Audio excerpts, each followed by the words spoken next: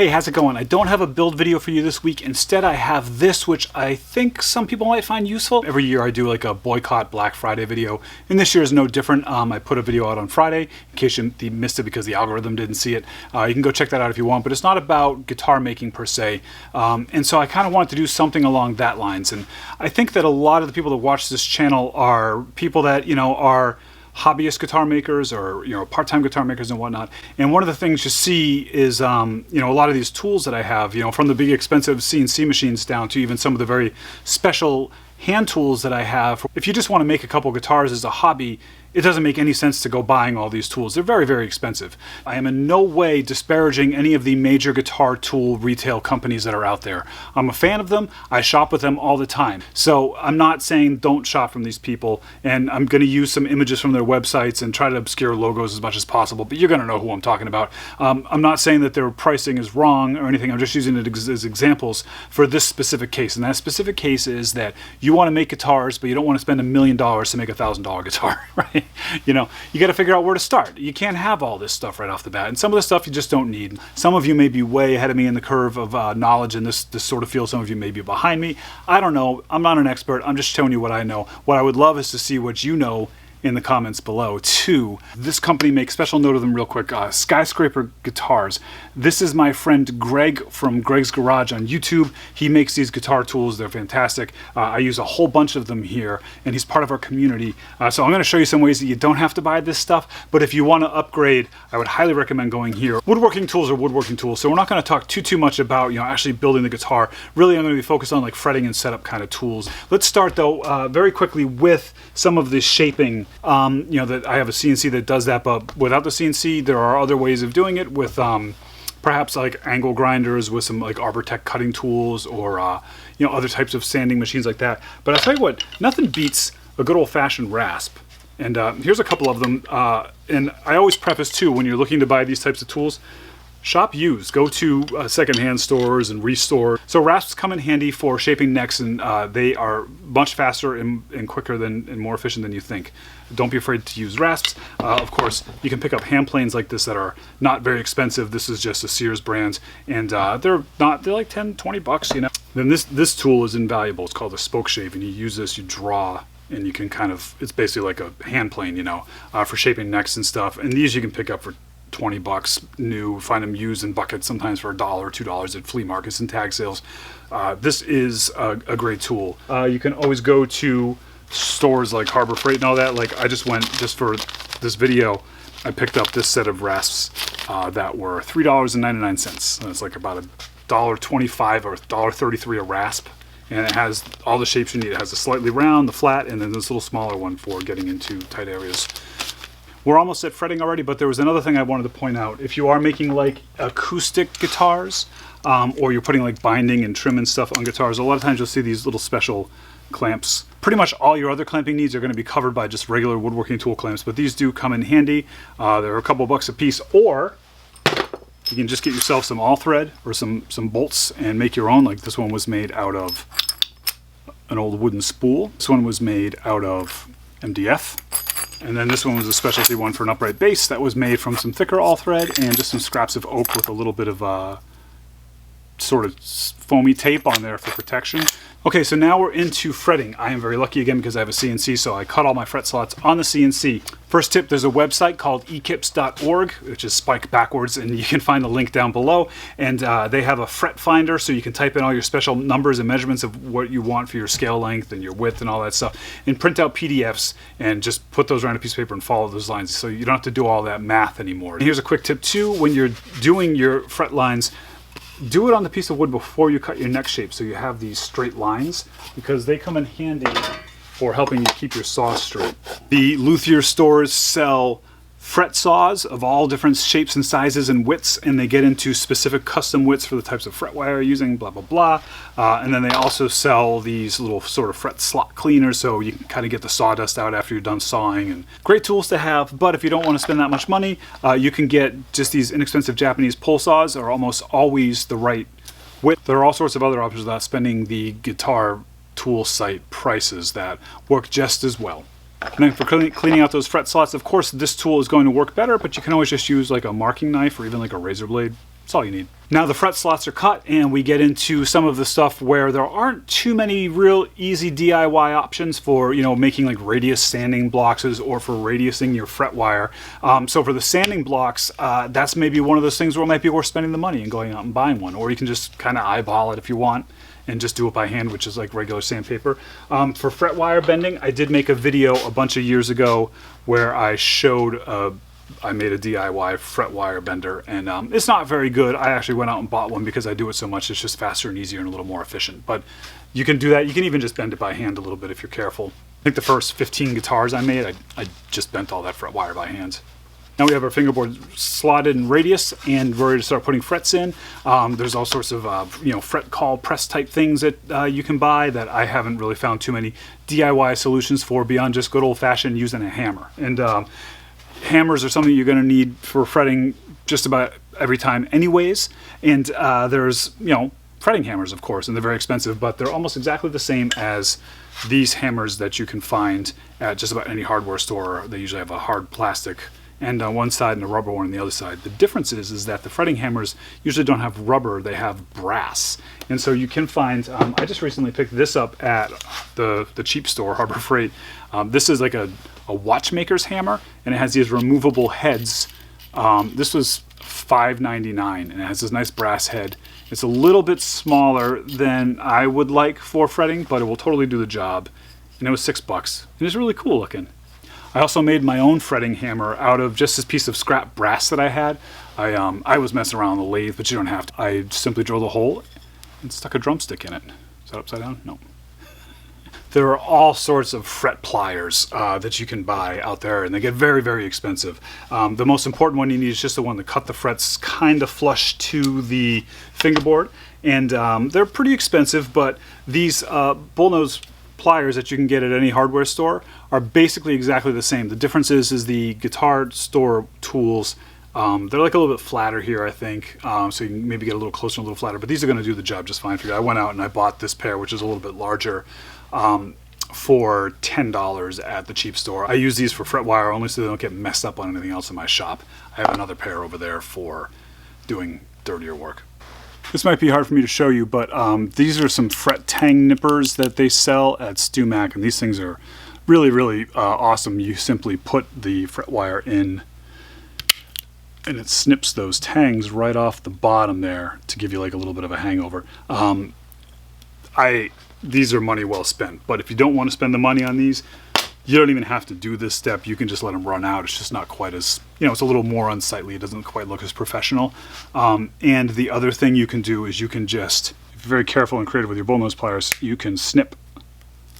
See, I was able to just snip that off with the Bullnose pliers. Not quite as neat. Now I might need to go in with a file, clean that up a little bit. So that's the big difference, right, with spending the money on tools is time. Obviously the fret Tang nipper was way quicker than that, but if you have more time than money, or you don't want to invest in a tool that you're only going to maybe use once or twice, it makes more sense to invest the time in it, right? If you're going to use it all the time, invest the money in it, and you're going to see that return over the years. At the end of the day, pretty much everything can be done with a hammer, a chisel, and a rock, right? But all these tools just take time away, that's all. Now we get into the fun stuff. There are these fret rulers that come in handy, and this is from my buddy Greg over at Skyscraper. And so you might use this to help set your neck nice and straight as you're doing your fret job and whatnot. This way the frets go in the slots, and you can make sure you're making the fingerboard itself level. These are very valuable tools, and they can also be made just by cutting up a ruler. This is an old T-square actually that I cut up, and I just cut these notches, and they're ugly. But as long as you keep this edge nice and true, you will be able to do that with just about any piece of metal. But you can also take, this is just a very inexpensive, I think it was $2.79 for this aluminum ruler that I just bought at the cheap store. And this ruler is 40 inches long, so you could actually cut this in half and have 4 different scale fret rulers, one on each side. Just ignore the numbers on these, sand them off if they're confusing you, and figure out the math either by downloading from the eKips or just going, holding it up to a guitar like this and just marking where you need to notch, because the notches don't have to be perfectly even as long as this edge is flat and you can set it flat on the fingerboard. It's going to work fine. Just don't mess up that edge and you'll be good. And this is aluminum, so you can just cut it with regular woodworking tools. This is another cool tool that I made out of those same inexpensive rulers that my buddy over at SDM Custom came up with, and I'll put a link to his video. But this really helps with sort of doing your layout, and you lay this down the neck and helps you sort of line things up and center them while you're doing your setups. Okay, so now our frets are in. We've got our fingerboard level, and we want to level the tops of the frets. And my buddy Greg, for example, makes these fret leveling tools. These are like, highly precision milled and accurate aluminum pieces of metal that are going to be nice and perfectly flat. So when we get our fingerboard all flat, we can sand our frets all flat, make sure everything's even. And they usually come in multiple sizes because often we want to put a little bit of a dip on the last few frets here and get them a little bit lower. And these are great. The one thing that Greg didn't do on his, and one modification I made to them, is his is a solid bar. This is more structurally sound that way, but sometimes I like to do setups and clean up areas while the strings are still on and it's under tension. So I just cut this slot in mine so I can slide it under the strings and hit a spot that I might need to work on. But if you don't want to spend the money on that, you're not going to use them all that often. This is what I used to use for like years and years before I got Greg's. Is just a level, and I would just use a piece of sandpaper there. By the way, the sandpaper just goes on with a little bit of spray glue, comes off with mineral spirits. Same with Greg's. So this is a nice true surface, a little smaller, takes a little longer. The other thing you can do is, like, here's a piece of scrap steel tubing. Steel tubing is not necessarily going to be perfect, so you're going to want to maybe check it on something that you know to be true. You do the flashlight test or whatever, you can see there that that's probably going to be straight enough for you to work on a guitar with. Okay, so now getting into the dressing and crowning of the frets and all the real fancy special little tools. They make all kinds of specialty files for this. They make these like files that are rounded out in the middle so you can get them over the frets. They make them in all these different styles and dimensions for different frets. They make these little sort of edging files. But you can do all of that with just regular old files. And again, I always recommend, if you can find them used, find them used. So for example, this is just a flat file that I have that's ridged on all sides, and I can use this to level frets, and I can kind of angle it a little bit. Just carefully. This is just a regular old triangle file, and what I did is I ground off all the file on one side of it so it's smooth, and so that way I can put that smooth side down against the fingerboard and file all these sharp edges without worrying about screwing up the fingerboard. You can find in all sorts of stores, they have these little sort of handheld file sets. They're usually only a couple dollars. Case in point, I went to Harbor Freight and I bought a couple tools for this video, including this file set. That was $7.49, and it has a flat file with a half round. It has a square file with all four sides are square, a round file. Here's that triangle file, and here's another flat file. So we have the triangle file we can easily modify for making our corners. We can make it a little bit smaller even. We could modify one of these flat files if we needed to. Right there, this is like a lot of your filing needs covered. While we're going in and working on our frets, they sell these little stainless steel plates that you can like slide right over a fret to protect it while you're working with these files to protect your fingerboard. And that's all well and good, but you know what? I hate these things, man. They just slide around on me and stuff. Too slow. So I just use a little piece of masking tape. I tape off my whole fingerboard when I'm working on it. And sometimes I just have to, touch up an area, and I'll just tape that area off.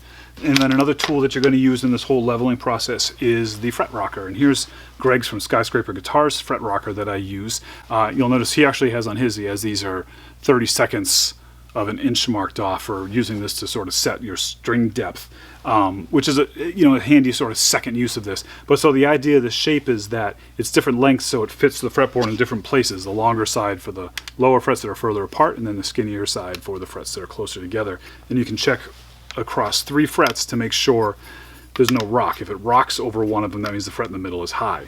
If you don't want to buy one of those, this razor blade will do almost all of the frets on the guitar.